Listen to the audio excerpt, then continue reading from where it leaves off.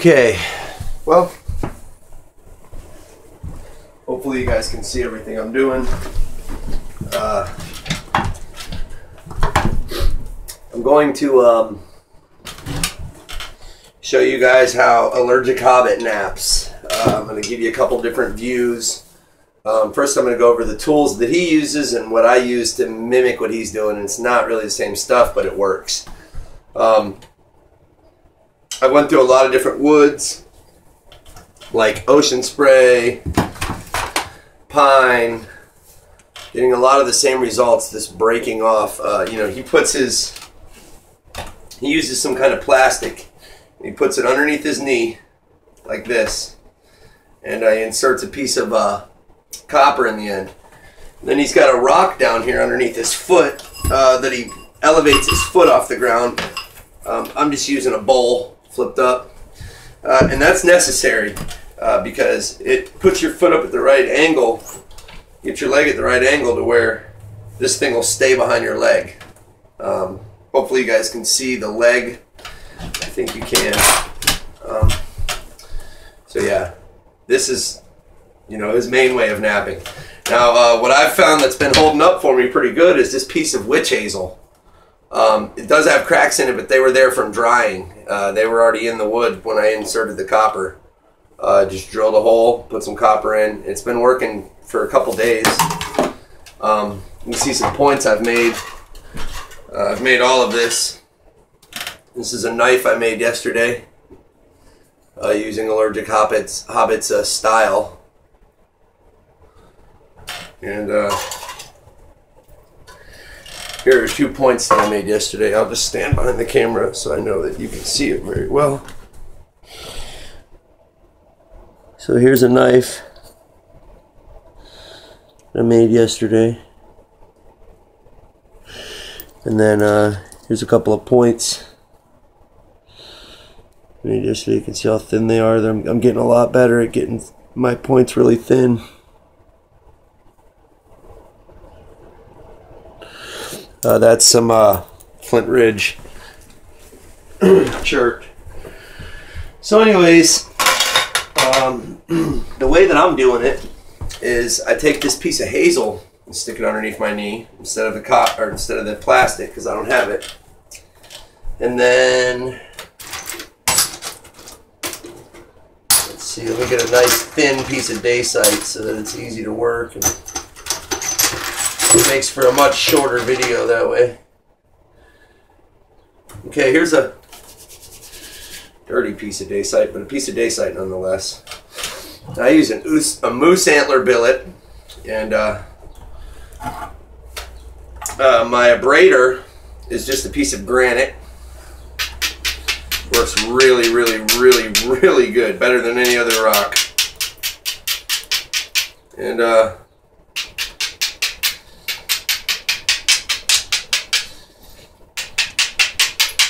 I just go around and I abrade the whole rock. Okay.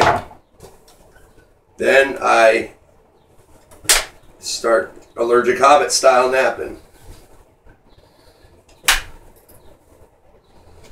And I'll give you a different view here in a second. Okay. I don't have the same setup as him, so I'm having to jerry-rig all my stuff, so bear with me here, guys. But you can see it just really is easy to nap like this, and it creates your platform on with each strike. It creates a platform.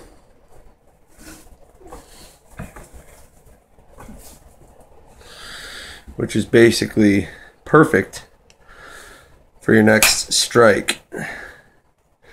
So there's very little abrading that happens when you're doing it like this.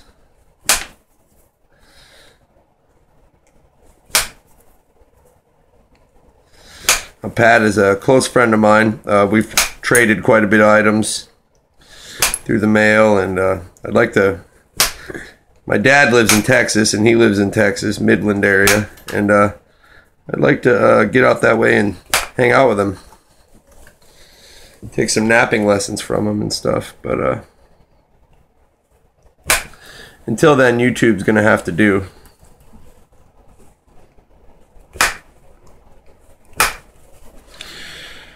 And so basically, I'm gonna go around this point, get it roughed out, and then I'll be back in a second.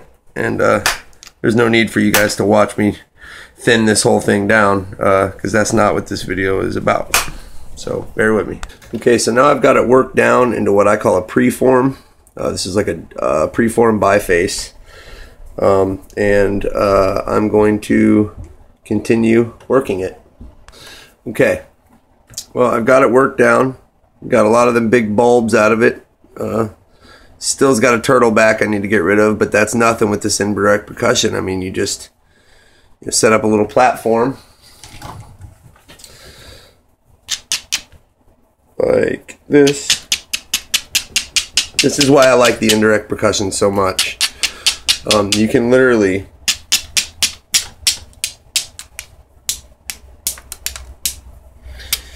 set up a good platform. Whoops. And then just give it one good strike. Let me see if I can get you guys in the frame here. Hold on. Okay. Hopefully this is a little better. Kind of up above me here, but let's see if this works. Alright, so you can abrade it and give it a good platform. Give yourself a real good platform. And sometimes, not all the time now, I'm not a good napper at all. Like, I waste a lot of rock. But the main goal for me right now is how to thin stone. And you can see that kind of didn't work out like I wanted it to, but it takes out a massive amount of rock with just a small little strike. Otherwise, the only other way to really get stone to remove like this, to remove material this heavy, you know, like that much at one time, would have to be with a hammer stone. You can see what I just did there. Basically moving it towards the center, and hopefully I can come from the other side and snap that here in a second.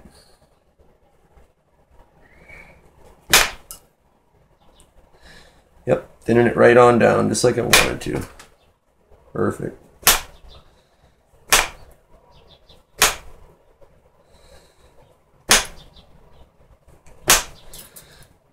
Good. So you can see how much thinner that turtle back's starting to disappear.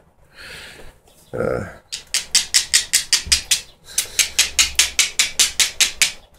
I don't know if Allergic Hobbit developed this. He surely didn't invent indirect percussion per se, but this style of underneath the leg is genius, and it actually really works really well. And I've pretty much learned how to nap from him just online, and I like the way he just does opportunistic flaking. I really like that. Woo! Got a bleeder.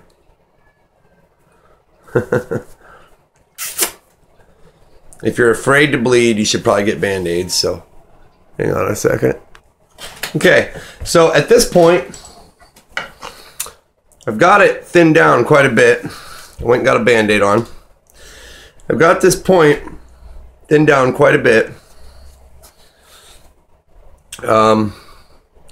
Probably thin enough to start doing some flint napping, some pressure flaking, I mean. I'd like to mention something to you guys. It took me a while to figure out. The way you get a long flake to happen, and the reason that the indirect percussion works so good as a long flaker, overshotting device, whatever you want to call it. And Allergic Hobbit, my friend Patrick, Allergic Hobbit is his name on YouTube. You guys should go check him out.